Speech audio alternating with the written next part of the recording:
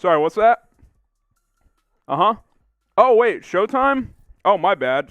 Excuse me, I'm just enjoying some Magic Spoon cereal today. We do have a show, Bears Now, presented by Magic Spoon on today's show. Guys, I couldn't even start the show properly because I'm just enjoying the cereal too much. It's changed my life. Get $5 off at magicspoon.com/bears. High-protein cereal with 0 grams of sugar. Again, that's magicspoon.com/bears. Let's get into today's Bears rumors roundup. How about the idea of signing David DeCastro in free agency? I'm just going to go one smoking J here on this one. I don't think it's all that likely at the end of the day for a couple of reasons. First, some background. The 6-time Pro Bowler, 2-time All-Pro, was released last week by the Pittsburgh Steelers. So naturally, fan bases of a lot of teams, including you guys, that's why I put Bears Twitter as the rumor's origin, have discussed, what about bringing him to Chicago? Well, a couple reasons I don't really think it makes a whole lot of sense. Number one, there's a lot of chatter that he actually could retire. And number two, he was banged up a little bit last year. And number three, I actually think that the Bears' interior offensive line is in pretty good shape. Now, DeCastro has been a really good interior offensive lineman for several years now. Now, that being said, last year wasn't great. Definitely wasn't one of his better years. He was still an excellent pass blocker, but as a run blocker, did not perform that well according to PFF's grading system here. And if we know one thing, what do the Chicago Bears want to do? They want to run the football with David Montgomery, Damian Williams, Tariq Cohen, whoever else is going to get the rock this season. I don't think the Bears are in the mix here. I really just do not think they are in play for David DeCastro for those reasons that I just provided. If he's going to keep playing, I think he'll sign with the team that desperately needs an offensive guard. I don't think the Bears desperately need an interior offensive lineman, in my opinion. So let me know what you guys think on this one. Should the Bears sign David DeCastro, type S for sign, type P for pass? Look, if it's cheap, sure, but at the end of the day, I just think the Bears could spend that money elsewhere. I'm going to type my P for pass on this one.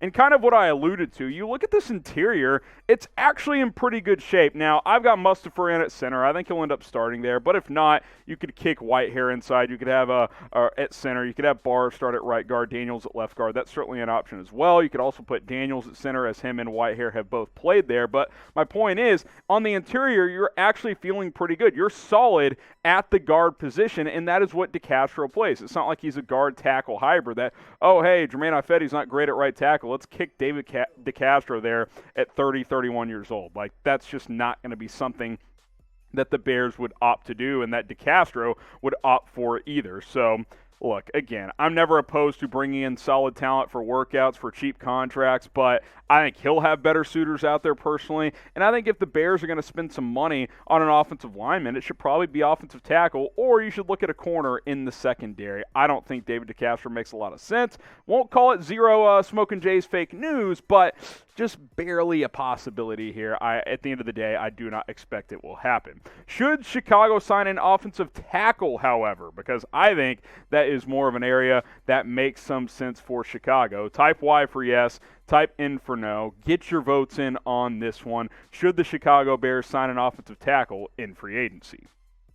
Today's show is presented by Magic Spoon, and you can get $5 off at magicspoon.com/bears. Ate a bowl this morning, just had a bowl for an afternoon snack. Why? Because there's 0 grams of sugar in this cereal. It has changed my life because you get that 13 grams of protein, 4 grams of net carbs. It's healthy for you, and it's absolutely delicious. You wouldn't think that there's 0 grams of sugar because it tastes like the cereal you guys have probably been eating your entire lives. Get $5 off at magicspoon.com/bears. Tons of different flavor, including the cocoa right here. One of my favorites that I like to go to. High protein, low carb, sweet and delicious. That's why their tagline is childlike cereal for grown-ups, because, hey, I had to kick mainstream cereal, but Magic Spoon came into my life, and it's been great as I've been working out every morning as a morning breakfast snack. magicspoon.com/bears. That link will get you $5 off. You can also click the link in the comments and in the description to get some Magic Spoon cereal today. One more time, that's magicspoon.com/bears. That's going to get you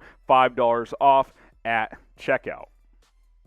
Let's keep our Bears rumors roundup going here. Kmet, is he going to break out Three Smoking Jays. That's why I mentioned him as a breakout candidate on a video last month. Offensive breakouts. Cole Kmet was mentioned on there. You can check out that video.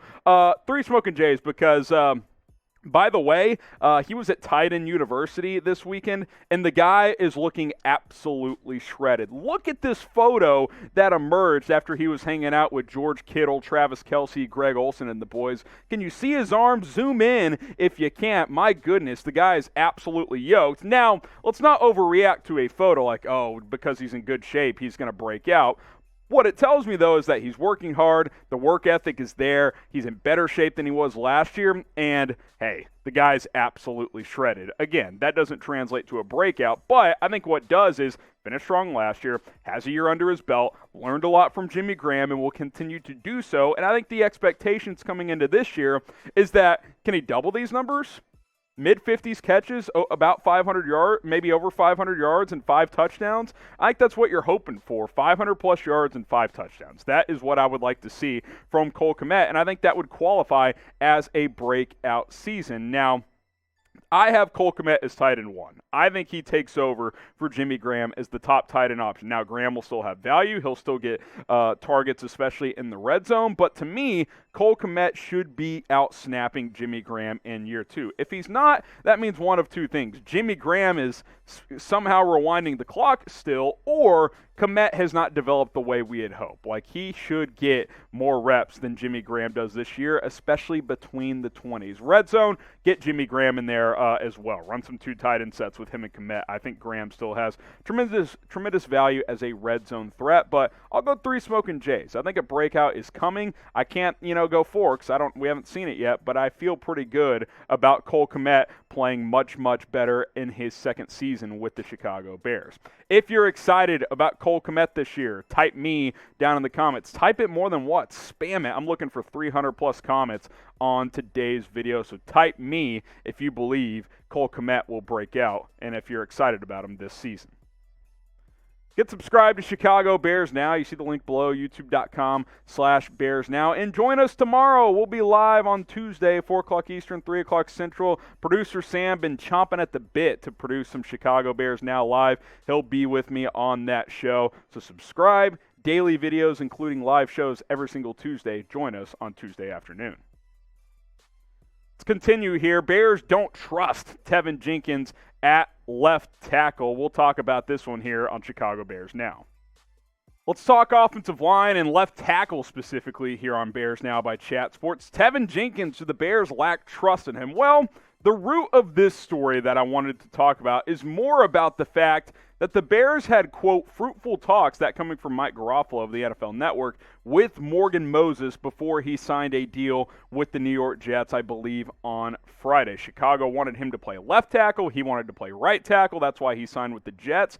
And so just connecting some dots here, if they wanted Moses to come in and play left tackle, does that mean they're concerned about Teven Jenkins at left tackle, who, when they drafted him and announced he'd play left tackle, I was surprised because he played mostly right tackle in college. Here's the tweet from Garofalo here. Morgan Moses had fruitful talks with the Bears, but that would have been at left tackle. Jets wanted him at right tackle where he's been more comfortable. Are there concerns with Jenkins? That's what I want to know. That's what the Bears are kind of indirectly telling us, I think, in some sense of the manner. Now, they'll probably just say, well, we're just looking for some insurance for the rookie. But if you're going to sign Morgan Moses, he's going to start. Like, it's not like you were going to sign him as your swing tackle. So that tells me, okay, he would have started at left. Does that mean Jenkins would have kicked back to right? Or would have Fetty still started at right? I don't know. I mean, I haven't heard any bad reviews of Jenkins coming out of, rookie minicamp a couple of months ago, and obviously OTAs and normal minicamp in the last month or so. But it's at least pause for, to think about, right? Like, if you tried to get Moses in here as a left tackle, that tells me that maybe you're not as sold on Jenkins at left tackle that you were when you drafted him. 39 starts in college, only 7 of those at left tackle. Now, on the flip side of this as well, when it comes to Morgan Moses, if he said, hey, I didn't want to play left tackle, I still would have signed him and played him at right tackle. He's better than Jermaine Ifedi and kept Jenkins at left tackle. I think Jenkins at left tackle and Moses at right tackle is better than Jenkins at left tackle and Ifedi at right tackle. That's what I believe to be true. Not that Ifedi is garbage, but he's not great. Let's just be totally clear and honest about that one. But interesting development and storyline kind of emerging here when it comes to Morgan Moses and indirectly Teven Jenkins as well. I don't think they lack complete trust in him, but I gave it 2 Smoking Jays because I think it's at least something worth thinking about. Because if you were so interested in Morgan Moses, period, why wouldn't you have signed him as a right tackle as well? They seemed like, okay, we're either getting him at left tackle or we're not getting him. So I don't know. It's just something that caught my eye, caught my attention, and something I wanted to share with you guys. Hopefully Teven Jenkins balls out at training camp, and he's your left tackle for the next 12 years. We're signing off here on Chicago Bears Now. Appreciate you guys joining us. We'll see you very, very soon here on the show.